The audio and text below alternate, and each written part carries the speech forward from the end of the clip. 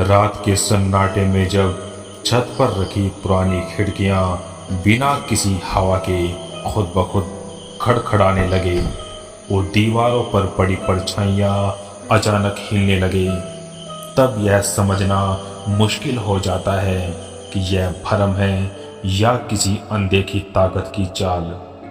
अर्जुन और समीर, दो करीबी दोस्त, इसी सवाल के बीच फंस गए थे।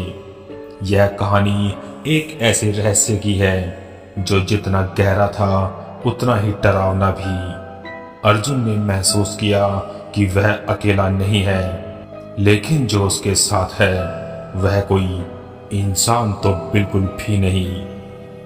अर्जुन के जीवन में यह सब कुछ अचानक शुरू हुआ। वह एक साधारण से ऑफिस में काम करता था। अर्जुन और समीर अच्छे दोस्त थे।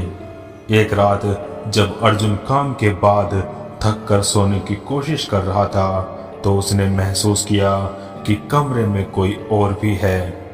पंखा धीमे धीमे घूम रहा था, बाहर सन्नाटा था। तभी उसे अपने बिस्तर के पास कुछ हलचल महसूस हुई। उसने तुरंत लाइट ऑन की, लेकिन वहां पर कुछ नहीं था। इसे उसने अपना वहम समझकर अनदेखा कर दिया। रात के करीब 2 बज रहे थे। अर्जुन को लगा जैसे कोई उसके पैरों को खींच रहा है।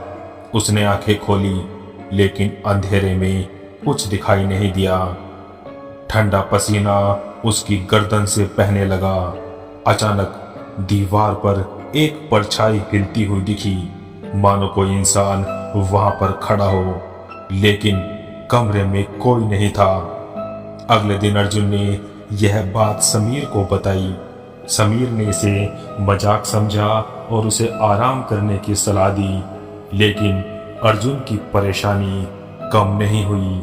अगली रात जब वह सोने गया तो कमरे में फिर से हलचल होने लगी।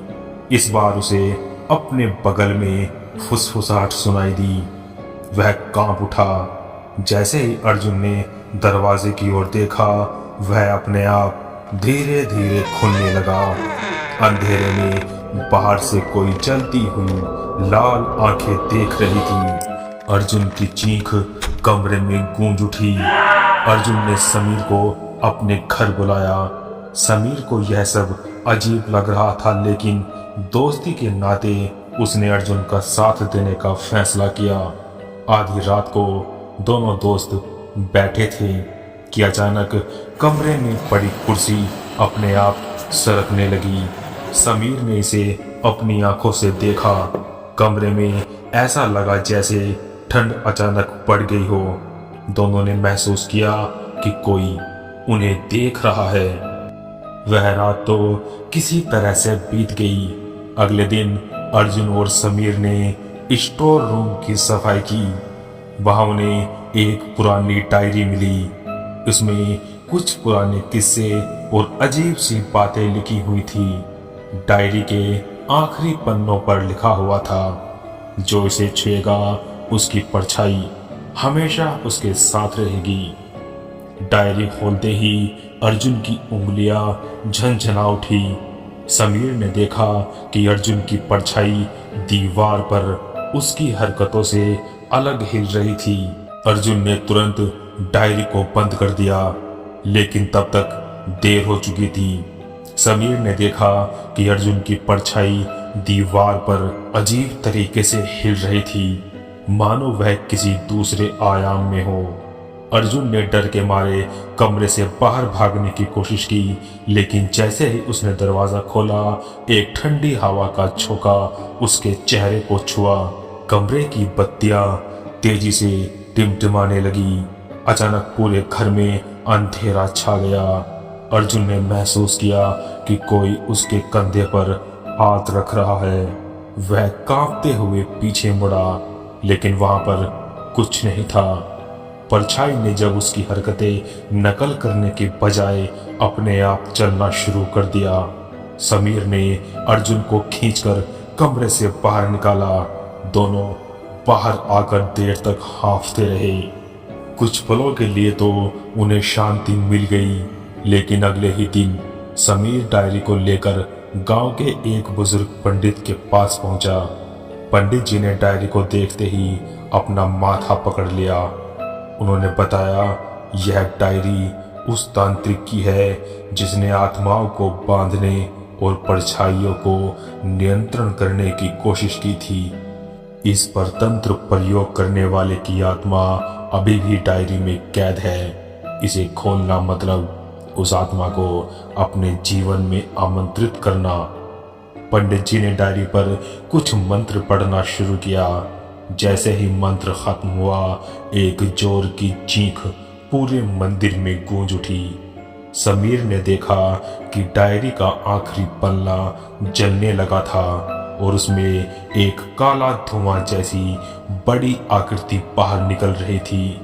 पंडित जी ने तुरंत उसे बंद कर दिया और समीर को चेतावनी दी, अर्जुन को सावधान करो, आत्मा अब उसकी परछाई के रूप में उससे जुड़ चुकी है। इससे पीछा छुड़ाना इतना आसान नहीं होगा।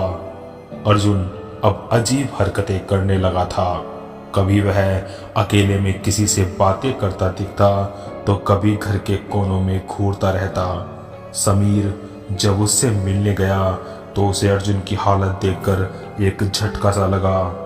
अर्जुन के कमरों की दीवारें काली हो चुकी थी, मानो किसी ने कोयले से उसे रंग दिया हो। समीर अर्जुन को आवाज दी, लेकिन अर्जुन पलटा नहीं। जब समीर ने उसकी पीठ पर हाथ रखा तो अर्जुन ने अचानक से उसका गला पकड़ लिया।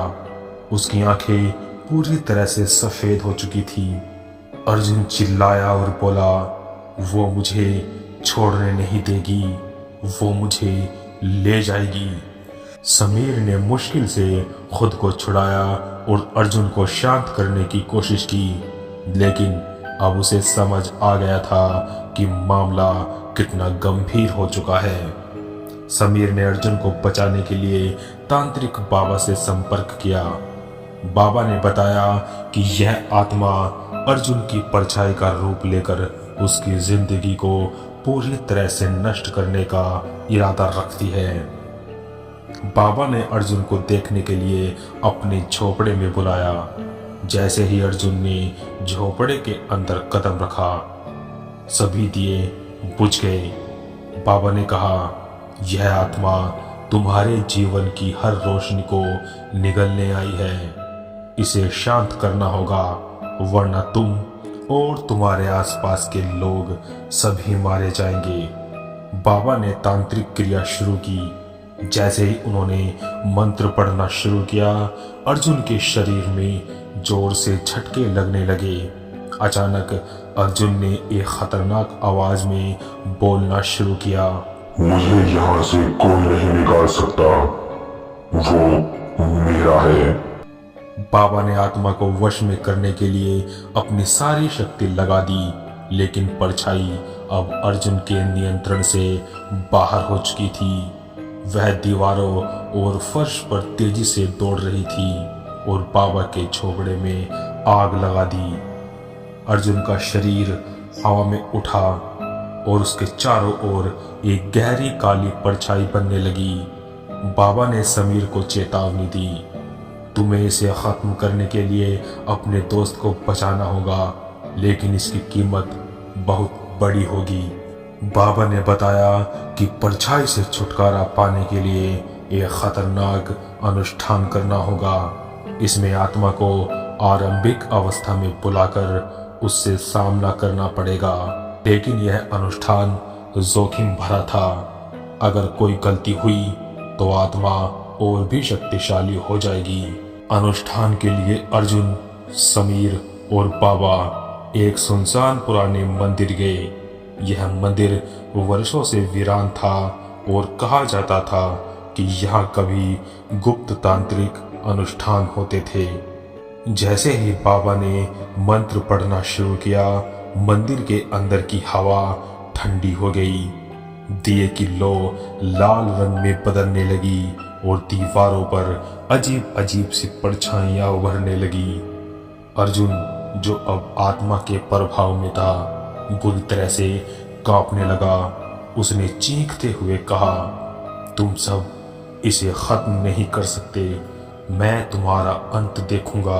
अनुष्ठान के बीच परछाई अर्जुन के शरीर से बाहर निकलने लगी।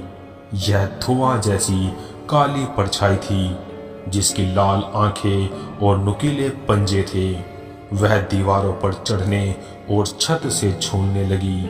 हर बार जब बाबा मंत्र पढ़ते तो परछाई चीखती और अपनी शक्ति का प्रदर्शन करती। परछाई ने समीर की ओर रुख किया।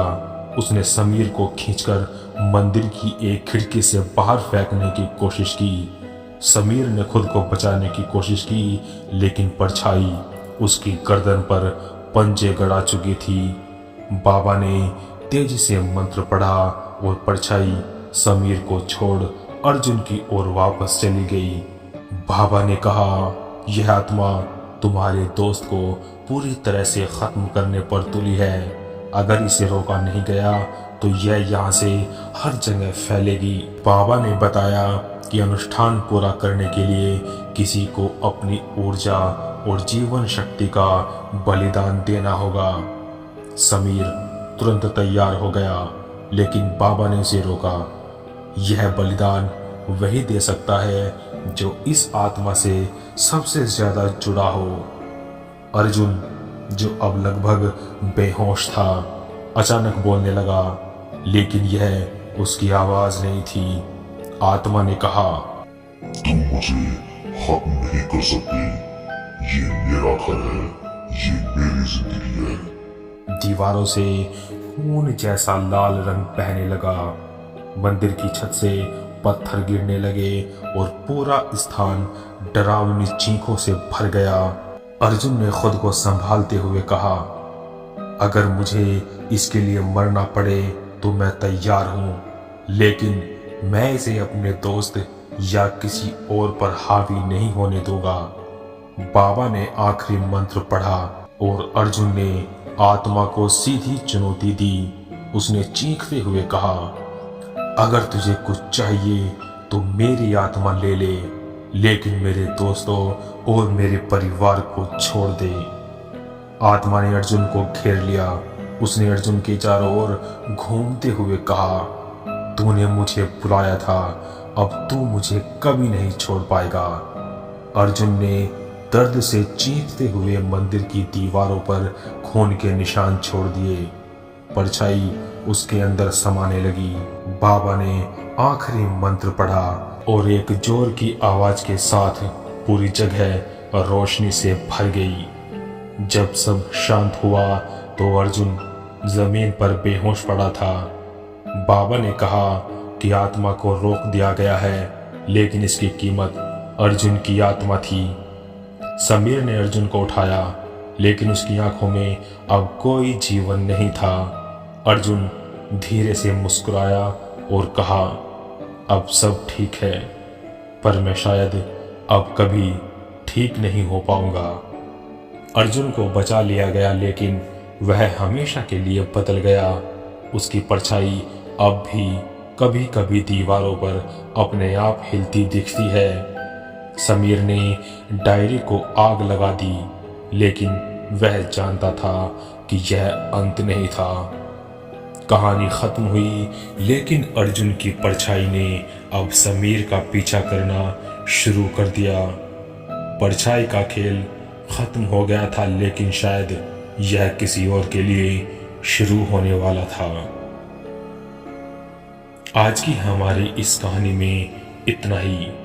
अगर आपको हमारी ये कहानी अच्छी लगी तो लाइक करें, शेयर करें। मिलते हैं अगली कहानी में, तब तक के लिए बाय एंड बी हॉन्टिंग।